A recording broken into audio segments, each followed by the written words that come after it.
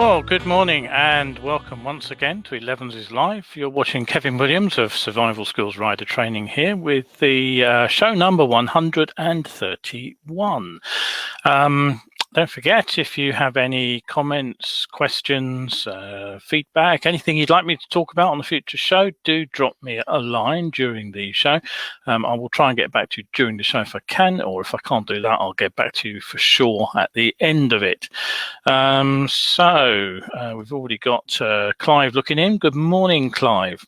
So what's in today's show? We've got quite a lot going on. Murder inquiry sadly launched in Norfolk after a man was stabbed over motorcycle noise. The Northumbria Police and Crime Commissioner has backtracked on her call for all motorcycles to be fitted with trackers. The latest training and testing information. The Isle of Wight road races, the 2021 event has, not surprisingly, been postponed till 2022. Segway are showcasing a fuel cell motorcycle. Singapore is raising fines for non-approved helmets. And for at least one motorcycle, Kappa's affordable expanding sidebags have a hidden cost. And then we'll finish off with today's better biking tip, where we'll be taking a ride around a roundabout. So good morning, everybody, and let's crack on for the next 30 minutes or so. First things first then. The story from Norfolk that came out on Thursday morning, fairly depressing one. A 41-year-old man named locally as Dean Alsop was fatally stabbed in Thorpe St Andrew, which is near Norwich, on Wednesday evening.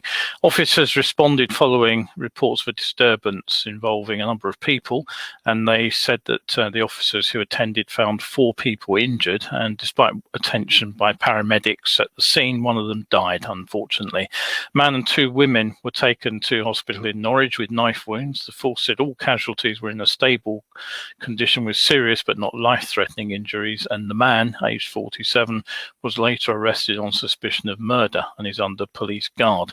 The 2 women are still in hospital. Police also arrested a 17-year-old boy at the scene on suspicion of assault occasioning actual grievous bodily harm. So what went on? Well, a neighbour, somebody called Aaron Berkshire, he said that on the evening there was an argument believed to involve a pair of trail bikes that were said to be Mr. Alsop's and his son's bikes between Mr. Alsop and another man, which turned nasty pretty quickly. He just didn't like the noise, said Mr. Berkshire. So Detective Chief Inspector Phil Gray from the Norfolk and Suffolk Major Investigation Team said they're working to establish events leading up to the incident, and they've spoken with witnesses and will continue inquiries. The initial findings lead us to believe it was an isolated incident involving local residents, but predictably they're still keen to hear from anybody who may have witnessed the incident. Okay, Tony Surridge has also popped in. Hello there, Tony. Good to see you too. So what else has been going on? Well, you may recall in a story last week that I mentioned that the Northumbria Police and Crime Commissioner, Kim McGuinness, had issued a statement suggesting that all motorcycles should be automatically fitted with trackers to help deal with the problem of nuisance bikers. Well, not surprisingly, that particular story hit the news and went pretty viral in the motorcycle community. I covered it on the Sunday's Elevenses last week, and equally unsurprising is that the reaction from the motorcycle world has seen some adroit positioning by Miss McGuinness. So a new statement has been released which says that since these proposals caused concern to some law-abiding bikers, I should say just about every law-abiding biker, we are now working with motorcycle groups to look at more acceptable proposals. The Commissioner is pleased that this has opened up conversation with the relevant parties and is now looking forward to working with them in finding solutions to tackle bike-related antisocial behaviour caused by a very small minority of bike users. Well, perhaps it would have been a better path to have opened up the dialogue from her end first, rather than presenting motorcyclists with an unpalatable statement in the first place. Nevertheless, the Office of the Commissioner is keen to hear from anyone with ideas and suggestions that will help cut this crime and keep people safe. So if you know anything, they basically want you to drop them a line. Another question that was posed to me just the other day, on Friday in fact, was about the state of play with motorcycle testing and training. Somebody was thinking of putting in for their bike test this year and was quite surprised to hear that motorcycle tests had actually been cancelled. So what's going on? Well, motorcycle training and testing resumed on Monday 29th of March, you may remember, in England and Wales, but it's due to restart at the earliest on Monday 26th of April in Scotland. So unfortunately the Scots are a month behind us there. Here in the UK, in England and Wales, testing resumed this week on Monday the 12th, and you have to wait, unfortunately, again till Monday the 6th of May to restart in Scotland. You've got to feel sorry for bikers and bike trainers north of Hadrian's Wall. The DVSA are apparently set to provide more tests than usual. According to Grant Shapps, who's the Secretary of State for Transport, they will be working at weekends on bank holidays and providing more examiners. But the big question is, how many more examiners? That's hard to say because there's no statement to that effect anywhere I can find. And in fact, it's actually hard to see how they'll provide more examiners because examiners don't exactly grow on trees. They have to be trained. So simply saying there will be more examiners is, it's easy to say, but more difficult to deliver. And the other problem, of course, is I can't see many examiners who are in the job already jumping at the chance to work longer hours either. Okay. To Drive Safe has just popped in and said, good evening. Hi there. So I guess you're on the wrong side of the world, as it were. Nice to see you.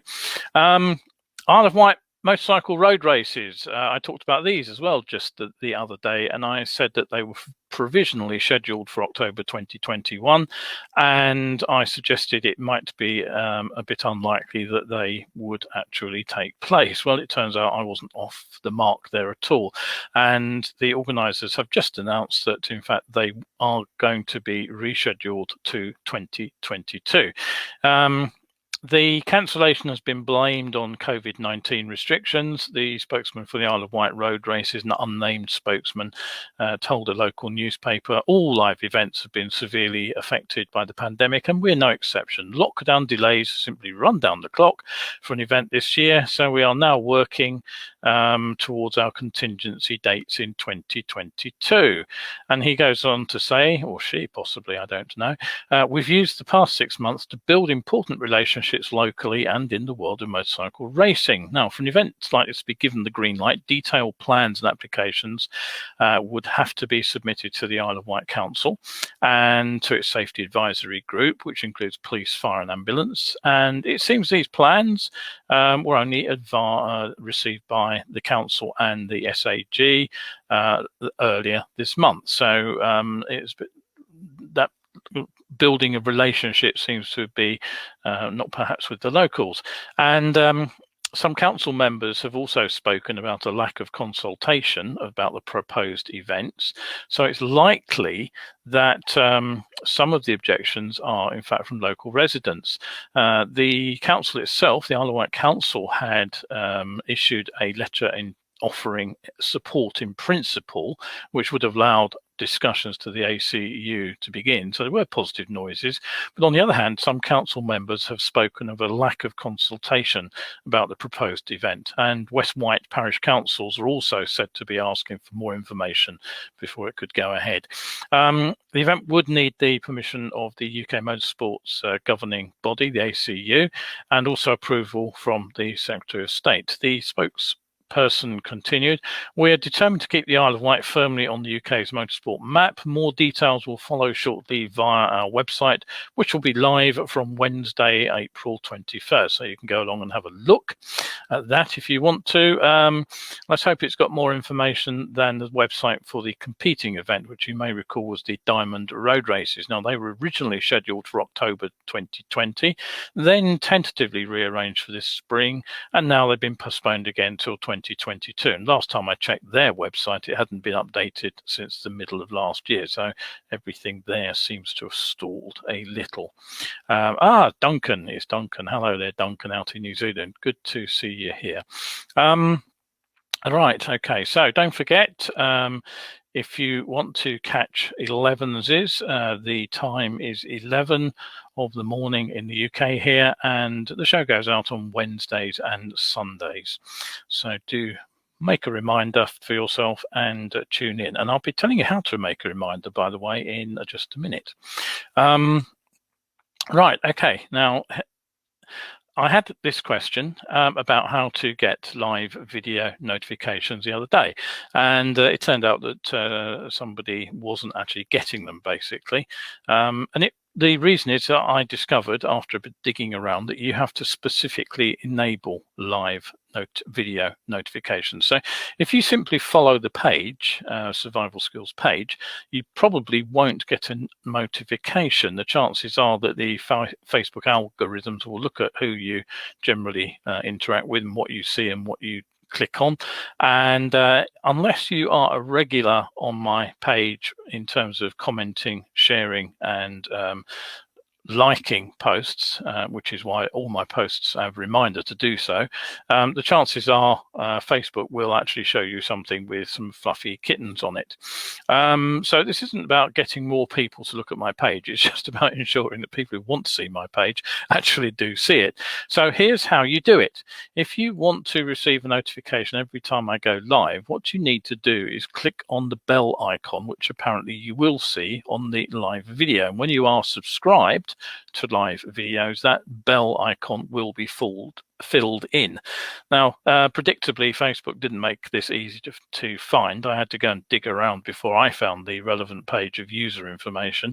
And the second thing that it turns out is if you're watching the webcast on a PC, you will only see this bell icon if you go full screen. So basically, you have to click the full screen button on the video. Then when you've got the screen full of me, horrible thought, I have to admit, you should then see the bell icon, and everything will be hunky-dory if you press it, and that should sort out the missing notifications. All right, so hopefully that will sort that out for you. Now, Segway. You probably know them better as the manufacturers of sort of self-balancing two-wheeled things. Well, they have a plan for an electric hydrogen hybrid motorcycle, which they say will be fueled by hydrogen canisters. You can see the proposed sort of designer rough of the bike in the picture there. The model is an upgrade of the original Segway Apex, which was first revealed in late 2019 and actually got tested on a circuit apparently in early 2020. So there is actually a physical bike sort of behind the designer sketch there. The Apex was a classic, as it were, battery-powered electric sports bike, but it seems that the Apex H2 will actually use a fuel cell too. Now, fuel cells basically do the job of creating electricity for you. What they use is stored hydrogen on the bike, and they combine that with oxygen from the air, and the chemical reaction creates electricity, and that in turn can be used to drive the electric motor. Now, the theory is attractive. There do seem to be some issues with this. I mean, for starters, it's not clear where the hydrogen will actually be stored. Presumably it will be stored as compressed gas rather than a liquid. You could store much more liquid, but gas is easier to handle. The downside, of course, is that a hydrogen powered vehicle would require yet another set of infrastructure to be put in place. And it's not easy because the hydrogen itself is transferred in liquid form in tankers, and then it has to be vaporized basically into the compressed gas itself, which then has to be stored and fed through some kind of pump into the bike. So in theory, the bike could be topped up from a compressed gas source, much as you would refill a liquid gas powered car. So it's not really clear why the canisters would need to be exchangeable unless they have they think that will be easier to handle for some way. I don't know. But anyway, whichever, you'd need to find somewhere which sold you the gas or the canister. Hydrogen fueling does have something in its favor. It does actually pack a bit of a punch. 1 kilogram of hydrogen contains about 3 times as much energy as a kilogram of petroleum. And Segway claims that the Apex H2 actually burns 1 gram of hydrogen per kilometer. And that's in line with claims for gas fuel cell powered cars that I've seen.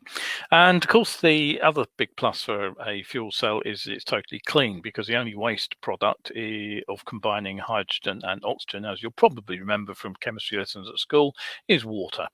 Segway say that the hybrid motorcycle would produce about 60 kilowatts, which is 80 bhp, 0 to 60 time in 4 seconds, and a top speed of somewhere around about 150k, which is 93 miles an hour. If you look closely, you'll notice there appears to be no swing arm and no forks on the bike. Well, that's because the bike is basically held together with a GTS Yamaha style frame, and so it's got a single-sided rear swing arm and a single-sided front swing arm with hub center steering, paired with a pair of what appear to be solid rims. That should make it interesting to ride in a side wind.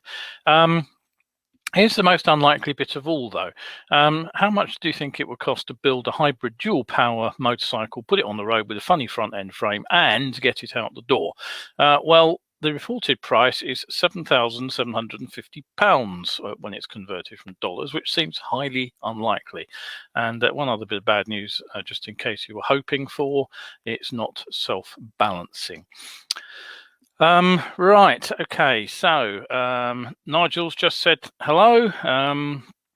Good morning to you too, Nigel. Right, okay, so what else? Well, we often complain about government standards making riding more expensive and more complicated. I've been talking about the airbags proposal in Spain, compulsory gloves, of course, in France and now Spain. But frankly, looking at what's been going on in Singapore, I'm rather thankful I don't work or ride in that country. The Singapore Motorcycle Trade Association has called for a review of local motorcycle helmet safety standards, because the government is proposing to increase the penalties for selling or importing non-approved helmets. Now, the previous fine for a user was $200, but this new road traffic bill, which was introduced before the Singapore Parliament earlier this month, seeks to raise the fine to 1,000 Singapore dollars for the first offence and 2,000 Singapore dollars for repeat offenders. Now, the sterling exchange rate is about 2 to 1, so you very roughly speaking, you're saying 500 to 1,000 pounds. Pretty steep fines, really, and it gets worse. You can also be jailed under the current law. So what's the problem? Just wear an approved helmet. That's the obvious answer, isn't it? Well, that was my thought, and I thought maybe the law is designed to stop people wearing the sort of cheap novelty helmets, you know, the sort of German World War I ones with the spike that seem to be popular amongst some Harley riders in the US, or the sort of counterfeit helmets which are being brought in from Asia that look like the real thing, but in fact are made of the same kind of material as a plastic washing up bowl. But it turns out that many of the non-approved helmets that are widely worn and also sold in Singapore are from established brands that already comply with international safety standards, including Arai, AGV, and Shoei. Even though they have these international test passes, they still have to pass Singapore's own test. And now this is the interesting bit. It's conducted by a German testing, inspection and certification firm, TÜV-SÜD. The test itself involves a drop test, front, back and sides, a penetration test using a sharp object falling on the helmet, and a chin strap pull test. And the tests are conducted in batches, which means that the dealers themselves have to put between 1% and 4% of each batch of helmets through the test. So basically that seems to imply that if you bought 100 helmets, anything between 1 and 4 of those helmets would be destruction tested to give you the necessary sticker, which then tells you which batch was tested and that it's approved for use or sale in Singapore. Now, how much does all this cost? Well, it seems that the test price for open face helmets for a minimum of 4 pieces is no less than 1,283 Singapore dollars. So that's over 600 UK pounds. The next 5 pieces cost $194 each. Now, as I say, I'm just trying to figure out how that all works together. It wasn't entirely clear from the piece. But you also get an additional fee on top of that of 110 Singapore dollars, which is for the sticker. And that's a pretty dramatic extra cost to your helmet. So not really very surprisingly, the local dealers have been dodging the costs by importing the helmets without having them tested. And of course, many locals have been equally happy to dodge the costs and take a punt on riding with the helmet that's not legal in Singapore. So basically the local Motorcycle Traders Association are now urging the Singapore authorities to realign or align themselves with international standards and stop this duplicate testing. They say helmets that meet international standards such as ECE should be accepted in Singapore as they have test requirements that supersede the local tests and standards. I think that possibly they mean exceed, but rather than supersede. But anyway, there we go. The cynic in me suggests that the push to keep these standards in-house, as it were, is down to the local, German certification firm, who'll probably be making pots of money out of it. And of course, the people paying for it are the local riders. We have a spam post. Excellent. Let's delete that comment. Let's block that user. Splendid. I must be doing something right if I'm getting spam posts on my live videos. So right, okay, who we got to? Yeah, I just mentioned Nigel signed in. We've also got Terry from New Zealand as well. Hi there, Terry. And Sue's also looked in. Right, so let's drop that off the screen there. Right, okay, so what else then? Well, moving on rapidly, one of the design features on modern bikes that actually leaves me completely cold is the sawn-off seat design that modern motorcycles seem to be afflicted with. Look at the new Triumph Trident. There's a lot about that bike that looks very, very attractive, right up until the bit where you actually sit on it. Everything back from there I think looks ghastly, but there you go, that's my own opinion. But there is a practical point to what I'm about to say, and I was reminded of this the other day when through the virtual letterbox dropped an ad for Kappa's new roomy expandable side bags. So let me just get that up on screen for you. And just, there we go, start again, there we are, I've got the picture right at last. Okay, panniers, I call them in English rather than side bags, which is very American. It's the sort of thing that I suspect quite a lot of riders might well be looking at this year, because as continental trips are not off the menu, but a little bit more tricky than they would be under normal circumstances, I suspect that there will be people thinking about traveling locally on their bike rather than jumping on a plane to fly far away. So what we're seeing here is a set of mid-price panniers. They'll set you back just on £100. They've got a capacity of up to 30 litres. They're made of all the usual kind of material, 600 denier polyester. They've got a PVC coating for a bit of waterproofing. They also come with a rain cover, which in my experience usually fills up with water on a long wet ride rather than keep it out. So my advice is always wrap your luggage in a bin liner before you go anywhere, and the usual totally useless reflective material. Now, perhaps more useful is the fireproof bottom. Now, this reminds me of a funny story, actually. A mate of mine changed his exhaust system on his bike when we were on a group trip down to Italy, and he only discovered the halfway stop that the new exhaust sat a little bit higher, but it also ran rather hotter than the previous can. So the heat actually caused the bottom of his hard pannier to char, along with the contents, which naturally happened to be his girlfriend's. So the day after we arrived down in Italy, we all took a ride out to Turin. The rest of us did the sights. He was done the rounds of the designer clothes shops. Replacing his girlfriend's wardrobe cost him far more than the trip did. But anyway, back to the panniers. The fitting kit includes, quote, straps with adjustable hook and loop fasteners, that's Velcro to you and me by a trade name, and 2 elastic bands for anchoring to the bike. Now, take a look at the bike closely. It's a Kawasaki Z650, and like many of these bikes, it lacks any rear bodywork. So there it is in its side view. The problem with the short stubby seat and the lack of grab rail, apart from losing the passenger off the back, of course, is that you haven't really got anywhere to attach a set of panniers either. So how do you keep pannier as well as passenger where you want them? Well, if you have a look at the close-up of the Kappa advert, can you look and see at the back of the pannier there? You can see a kind of wire frame holding the panniers well away from the back wheel. And I looked at that and I thought, yes, that all looks very good. But what's the problem there? Well, the item involved is not actually part of the pannier set. It's actually, if I just zoom in there, can you see? There it is. If you look at the bag on the right, you'll see Givey on it, and you can see exactly the same wire rack there on the left-hand side. So the fitment that they've got those panniers attached to turns out to be a Givey Easy Lock pannier rack.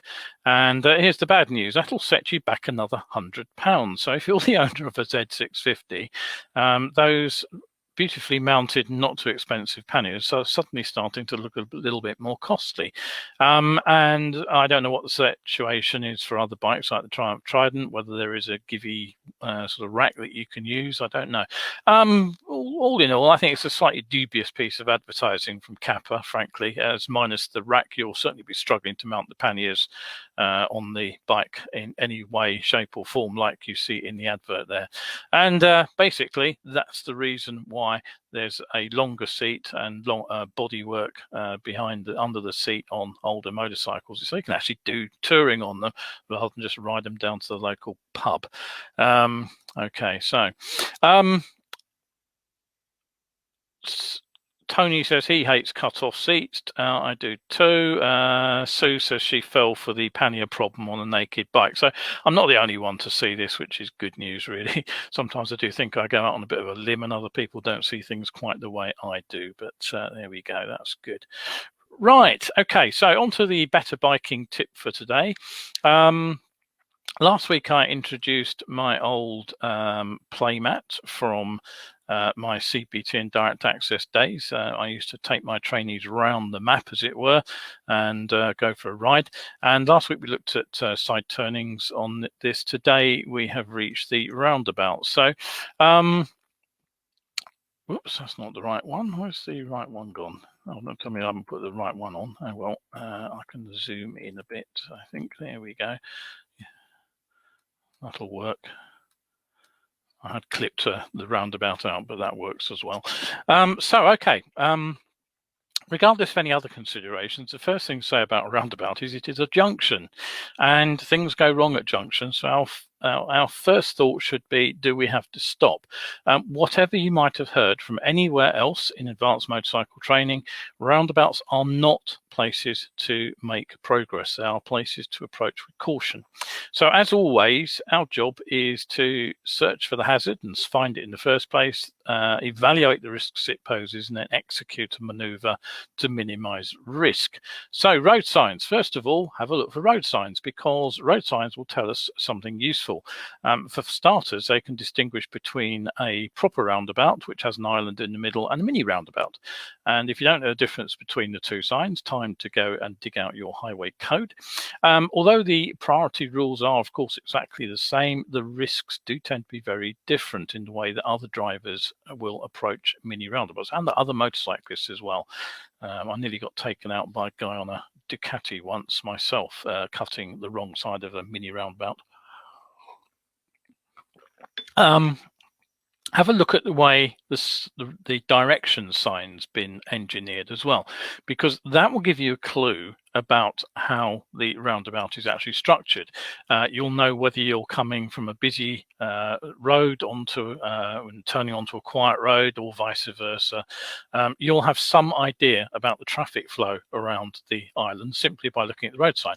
It should also give you a clue about the shape of the roundabout, which you can then use to get into the correct lane. Again, the highway code and Motorcycle Essentials also explains that quite well. But do look for non-standard designs. Another problem that we may well come across on roundabout are traffic lights hidden halfway round, but only on some of the junctions. We've also got those horrid Catherine wheel sort of lane markings that spiral out from the middle. Whilst in theory they are great because they get you in the right lane and then you just stay in lane and follow it, in reality they can be very difficult to follow. And of course, once a few vehicles have run over the paint can be almost impossible to see as well, particularly in the wet. So the best approach to a roundabout, even though it's a give-way junction, is to be prepared to stop, but to hope to go. So look for an opportunity to proceed without stopping. Don't stop automatically and then look, which is what a lot of older drivers seem to been taught to do, but keep an eye open for traffic from the right, and if it looks like you've got a good gap, think about using it, but with the proviso that vehicles can come around roundabouts very quickly indeed, and the bigger the roundabout, the faster they are likely to be traveling around it. And guess who likes getting their knee down on roundabouts? So the best approach is a sort of fail-safe plan. If we get it wrong, we can still stop. It's not ideal if we have to stop suddenly, because it can surprise drivers behind us. In fact, years ago, I in fact managed to run into a friend of mine on a roundabout on the motorcycle when she stopped a bit unexpectedly.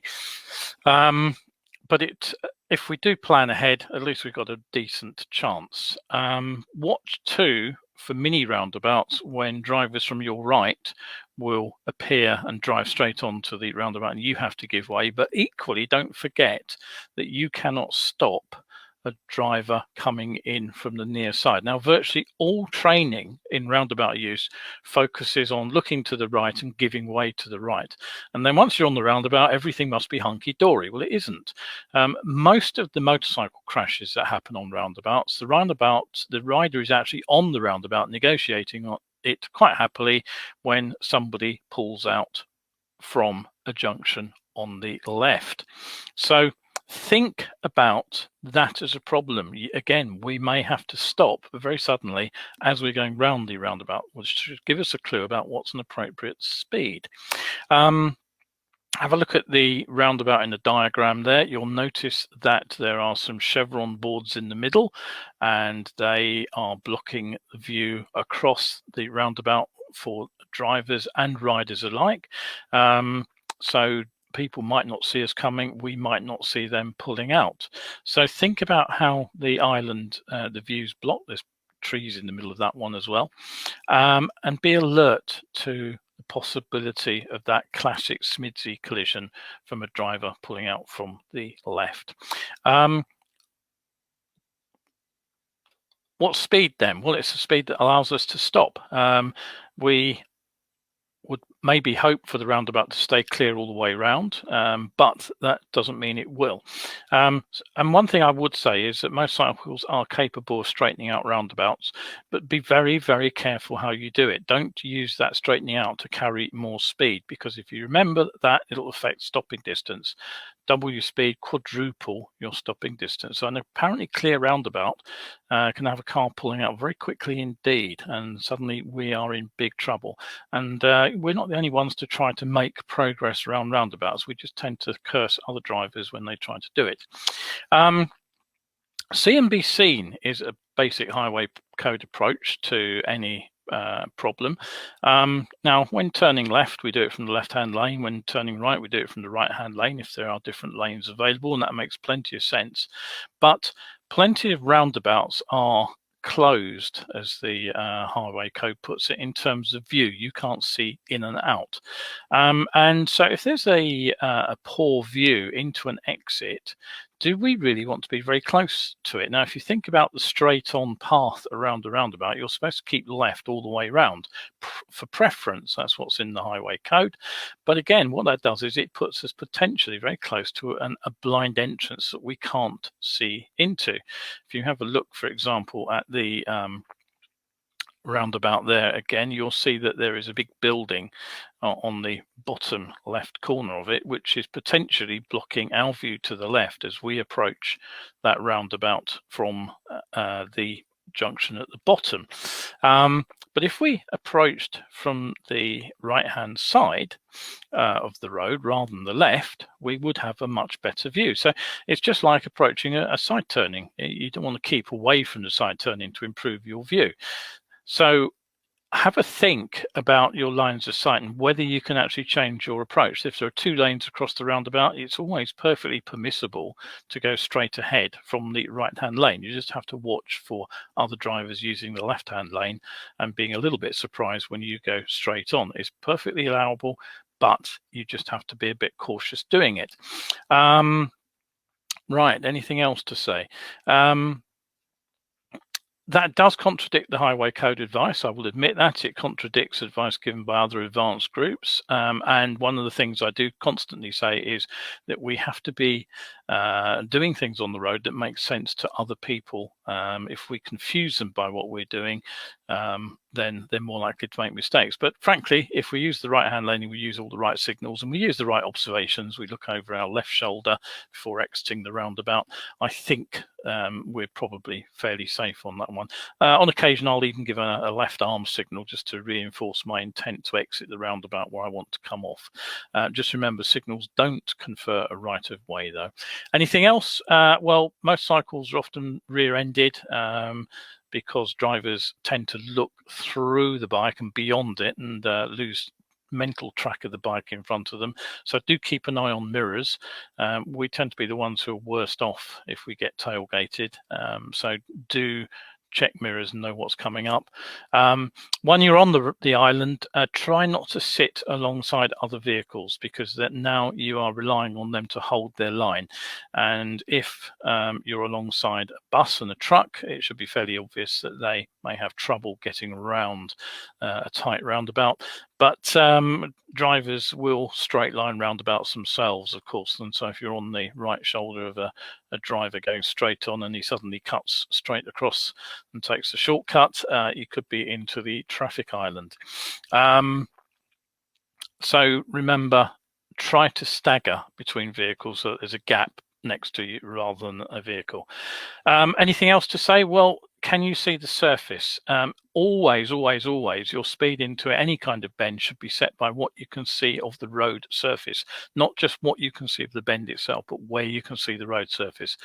One nice sunny evening, I was working at the training school down in Kent, and I was on the way back into Ashford in Kent. If you know it, it's a roundabout city. There's a nice ring road with lots and lots of roundabouts, and lots of those roundabouts lead to industrial estates. What do industrial estates tend to be populated with lorries. What do lorries leave behind them after they've been filled with diesel? Well, you can guess what happened next. I followed a rider on an R1 into the roundabout. He went in a lot quicker than me with his knee down, and he didn't come out the other side. So I went in rather more cautiously and found him just picking himself up off the road surface, which was in fact, yep, there was a diesel spill, and his R1 had cartwheeled to destruction in the grass at the side of the road. Anything else? Yeah, so slow in, fast out. Try not to accelerate too hard on roundabouts either. When the surface is polished and slippery, that's a good recipe for wheel spin.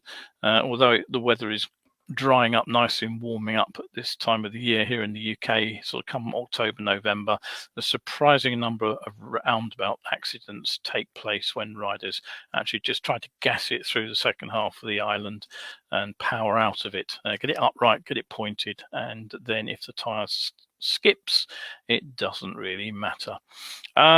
Years of dispatching. I never assume anybody is going where they're indicating or where the vehicle's pointing or even where the driver's looking. I've come across hazards, including a kiddie cycling around the island the wrong way, somebody actually reversing backwards around the roundabout after they missed their exit, another driver map reading in the middle of the island, and memorably, one of our CBT trainees, not mine, another instructor's, also went the wrong side of a traffic island, about to turn right.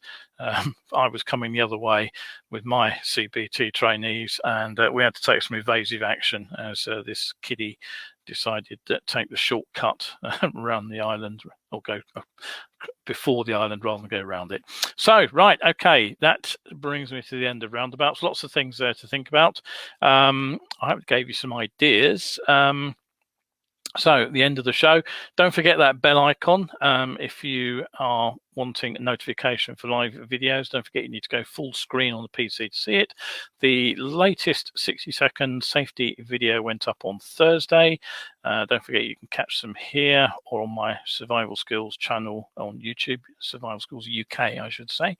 The latest tips on Tuesday and skills on Saturday posts are up on my Coffee page, and all the articles from 2014 to 2017 are now up. That's over 400, and there's the email digest as well. Links to those are all up in the show introduction. So that's it for today. Thank you all for looking in. Karen has just said, roundabouts always been my worst section. Very helpful, lots of useful tips. Thanks. That's you. You're welcome, Karen. Thank you. Right, so yes, all nice to see everybody. Nice to see some people from New Zealand over here this morning, your evening time. Do look in again. Back with Elevenses on Wednesday, and hope to see you then. But till then, ride safe. Bye for now.